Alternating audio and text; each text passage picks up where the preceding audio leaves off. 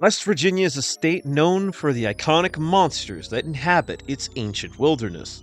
And one such monster spotted outside of the city of Grafton may just be the last one that you'd want to run into, as like the beast itself, you may be left with no head. Welcome to Cryptid Corner, the series all things cryptids, and today we are going to look into the Grafton Monster. The Grafton Monster is an unusual, hulking creature that is said to live outside of the railroad city of Grafton, West Virginia.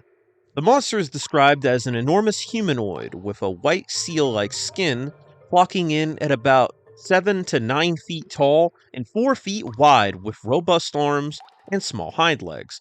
But most noteworthy of the monster is that it has no visible head, with there being a large hump of muscle where a head should be. Kind of think of its build like Cannonbolt from Ben 10 or the Pokemon Regigigas. Despite this, it somehow emits a whistling noise, which could be heard for miles. The first sighting of the Grafton Monster was on the night of June 16th, 1964, by Robert Cockrell, a writer for the Grafton Sentinel, a now defunct newspaper that is now named the Mountain Statesman. Cockrell was driving home from work when, at about 11 p.m., while at a curve at Yates Avenue, he would find a large figure crossing the road. At first, he thought that the monster was just a bear. The white coloration and lack of a visible head left him speechless. Later that night, he would return to the scene of the sighting with two of his friends, where they would find trampled grass and depressions in the nearby riverbanks where a large creature had recently passed through. And as they investigated, a whistling sound could be heard following them. Going into work the next day, Cockrell was hesitant to turn in his report, but motivated by his journalistic integrity to inform, and the fact that he didn't have anything else for that day, he would hand in a written account of the sighting for publication. This account would be turned down due to how outlandish it sounded. But that very day and the day after, reports would roll in regarding the monster, with large parties of teens grabbing their rifles and going monster hunting in the nearby woods, which Cockrell himself would cover in a June 18th article.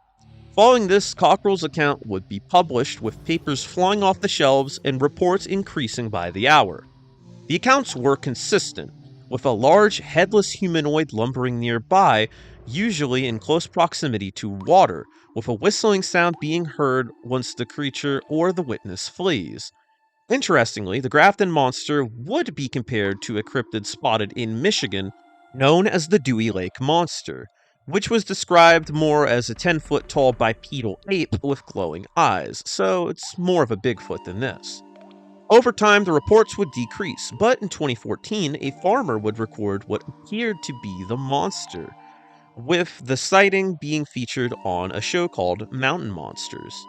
The Grafton Monster would become a relatively well-known cryptid, with it appearing in Fallout 76 alongside other Appalachian cryptids. And last year, Grafton hosted a 2-day festival for the 60th anniversary of the initial sighting, with cryptozoology buffs and Fallout fans alike coming together to celebrate the Grafton Monster and other cool cryptids. The festival is now a yearly event, and unfortunately it appears I missed it by a few weeks. But mayhaps next year I'll make a little pilgrimage. Over the years, there have been several different theories regarding the monster's identity, with extremely varying levels of plausibility. Some believe that the Grafton Monster to be an alien or a being from another dimension, chilling out in West Virginia with all the other regional anomalies.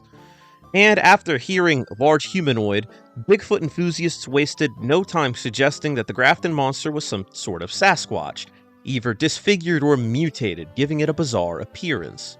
This theory is interesting as its body shape is almost gorilla-like, just a little off the top, you know. West Virginia is also said to be home to cryptids known as white things, which tend to be dog-like creatures, but are sometimes described as humanoids and are lumped in with Bigfoot and Sheepsquatch. And given you clicked on one of my videos, you know damn well what's coming next. A large, almost bear-like creature?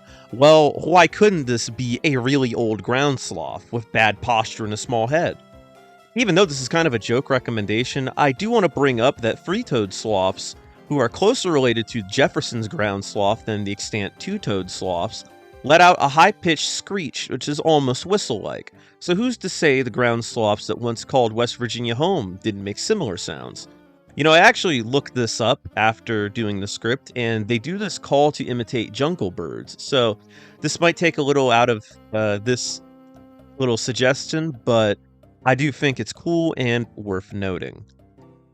A far more plausible candidate, which has been suggested by one of the teens, was that the Grafton monster was some sort of bear. The teen believed it to be a polar bear that escaped from a circus or a zoo, and given the size of the creature and the white coat, it wouldn't be too far-fetched if this was the case, but no local reports of escaped polar bears seem to suggest otherwise. The only bears known to inhabit West Virginia are black bears, which tend to be far smaller. But if the stars align, a black bear still could be a viable candidate. Like other animals, black bears are capable of being albino, and the largest black bear ever found was nearly 8 feet tall on its hind legs and was about 1,000 pounds in real life. Oh, and the image you're seeing isn't that bear. That was just another monster bear that weighed in at 800 pounds found in North Carolina. Now, regarding the head, the bear either could have been looking away, hunched over, or had some sort of condition that gave it a hyper-hunched posture. Additionally, exaggerating and inventing details is not uncommon when it comes to reports like these, so if one black bear was abnormally large, albino, and had bad posture, it wouldn't be far-fetched for people to mistake it for some sort of monster.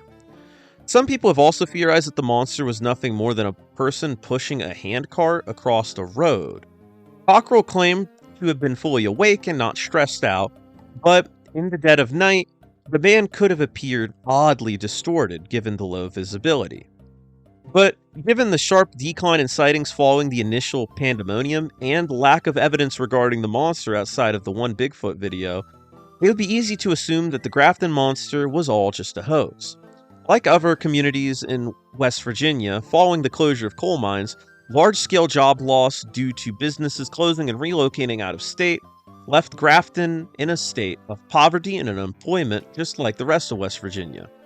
In response to these setbacks, the city of Grafton had led community-run efforts to attract businesses and tourism.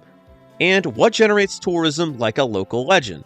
After all, Mothman would go on to work wonders for Point Pleasant, with the 2023 Mothman Festival bringing in $2 million in revenue, with 15,000 people traveling from all over to come in attendance. Additionally, these were mostly teens spotting it and trying to bring down the Grafton monster, so who's to say that they aren't just lying for the fun of the game, if not for a few seconds of fame? With a lack of substantial evidence, such a bizarre creature's odds of being a hoax are rather high, but we truly will never know. The Grafton monster is a unique cryptid that sits amongst the pantheon of other bizarre Appalachian cryptids. This hulking behemoth has puzzled people for generations with its headless appearance, from cryptozoologists to Fallout fans. Personally, I lean towards it being a bear, a hoax, or perhaps a little bit of both.